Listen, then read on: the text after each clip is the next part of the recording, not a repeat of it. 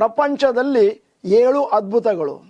ಮತ್ತು 8ನೇ ಅದ್ಭುತ ಯಾವುದು ಅಂತಂದರೆ ಪವರ್ ಆಫ್ ಕಾಂಪೌಂಡಿಂಗ್. ಯಾರೋ ಒಬ್ಬರು ಜಗತ್ತಿನ ಅತಿ ಮೇಧಾವಿಯಾದಂತಹ ಐನ್ಸ್ಟೀನ್ ಅವರನ್ನು ಕೇಳಿದ್ರಂತೆ, ಸರ್ ಪ್ರಪಂಚದಲ್ಲಿ 7 ಅದ್ಭುತಗಳು. ಅವ್ರು ಹೇಳಿದ್ರಂತೆ 8ನೇದಿದೆ, ಅದೇ ಚಕ್ರಬಡ್ಡಿ. ಅಂತಂದರೆ ಚಕ್ರಬಡ್ಡಿಯಲ್ಲಿ ಬರುವಷ್ಟು ದುಡ್ಡು ನಿಮಗೆ ಎಲ್ಲೂ ಸಿಕ್ಕೋದಿಲ್ಲ. ಯಾರು ಅವರ ಜೀವಮಾನದ ಅವಧಿಯಲ್ಲಿ ಚಕ್ರಬಡ್ಡಿಯ ಪ್ರಯೋಜನವನ್ನು ಪಡೆಯಲಿಲ್ಲವೋ ಅವರೇ ನತದ್ರಷ್ಟರು ಅಂತ ಐನ್ಸ್ಟೀನ್ ಅವರು ಹೇಳಿದ್ರಂತೆ. Investment by A 25-year-old person, ಅಂದರೆ ನಿಮಗೀಗ 25 ವರ್ಷ ವಯಸ್ಸು ಆಗಿದೆ ಎಂದು ಊಹಿಸಿಕೊಳ್ಳೋಣ.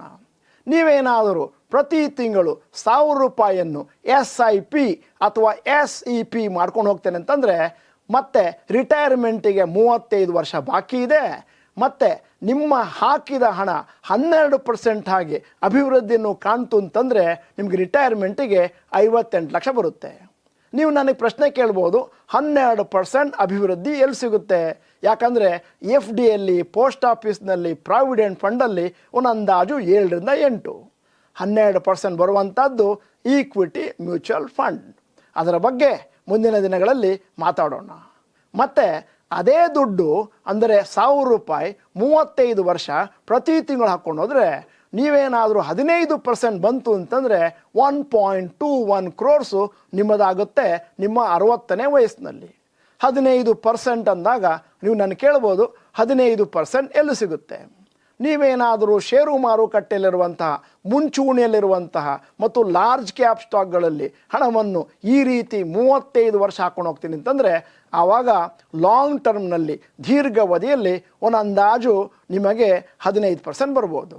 ನೀವೇನಾದರೂ ಷೇರು ಮಾರುಕಟ್ಟೆ ಬಗೆಗೆ ವಿಶೇಷ ಜ್ಞಾನವನ್ನು ಹೊಂದಿದ್ದು ಮತ್ತು ಒಳ್ಳೆಯ ಷೇರುಗಳನ್ನು ಆಯ್ಕೆ ಮಾಡಿಕೊಳ್ಳಿಕ್ಕೆ ನನಗೆ ಬರುತ್ತೆ ಅಂತಾದರೆ ಮತ್ತು ಷೇರು ಮಾರುಕಟ್ಟೆಯ ಸಂಬಂಧಿತ ಕೆಲವು ಕಾರ್ಯಾಗಾರಗಳನ್ನು ತೆಗೆದುಕೊಂಡು ನಿಮ್ಮ ನಾಲೆಡ್ಜ್ ಲೆವೆಲನ್ನು ಜಾಸ್ತಿ ಮಾಡಿಕೊಂಡಿದ್ದೀರಿ ಅಂತಾದರೆ ನೀವು ಲಾಂಗ್ ಟರ್ಮ್ನಲ್ಲಿ 18%ವರೆಗೂ ನಿರೀಕ್ಷೆಯನ್ನು ಇಟ್ಕೋಬೋದು.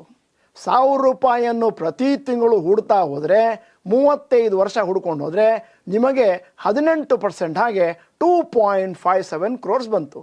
ಅಂದರೆ ಒಬ್ಬ ಬಡವ ಕೇವಲ ₹1000 ಪ್ರತಿ ತಿಂಗಳು ಉಳಿತಾಯ ಮಾಡ್ತಾ ಹೋಗ್ತಾನೆ ಉತ್ತಮವಾದ ಮ್ಯೂಚುವಲ್ ಫಂಡ್ ಮತ್ತು ಷೇರುಗಳಲ್ಲಿ ಅಂತಂದರೆ ರಿಟೈರ್ಮೆಂಟಿಗೆ 2.57 crores ಬಂತು. ನಿಮಗೆ ಅನುಕೂಲ ಆಗಲಿ ಅಂಥೇಳಿ ಈ ಸ್ಲೈಡ್ಗಳನ್ನು ನಿಮ್ಮ ಮುಂದೆ ನಾನು ಇಡ್ತಾ ಇದ್ದೇನೆ, ಮತ್ತು ನೀವು ಬೇಕಾದರೆ ಗುರ್ತು ಹಾಕೋಬೋದು.